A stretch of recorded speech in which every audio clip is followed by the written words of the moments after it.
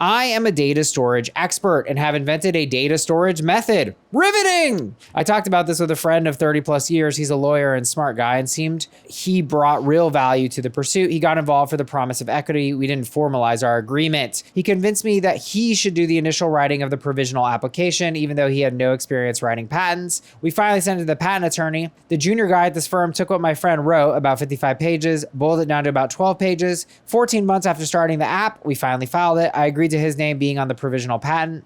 We needed the business organized properly, including defining his role in ownership. I called him with a very generous offer, which he never heard because he led with, I'm not interested in anything less than an equal partnership. We talk later and he tells me part of the invention is his. He can't point to what he invented, but he is an inventor. He talks about letting the courts decide what's his. Meanwhile, I tell the IP attorney what's going on and learn that my friend's advice caused the process to take 14 months instead of 2. Needless to say, we're not friends. AITA. As an attorney, it's kind of hard for me to feel bad for this guy. It's hard for me to feel bad for either of them because it sounds like there was shoddy work done. Yeah, I mean, we have a sticker coming out that says get it in writing. I love it. Are you for it? Is there any instance where you wouldn't want to get it in writing? No, of course you want to get it in writing. Always get it in writing, Always get right? it in writing.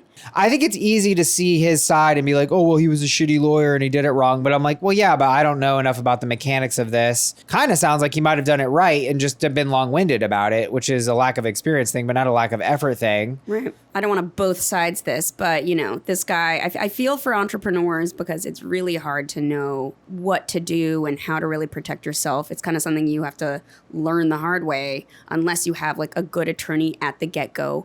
This is fun. P. Ansa J writes, there's an old adage, good fences make good neighbors. Mm-hmm. What's that about?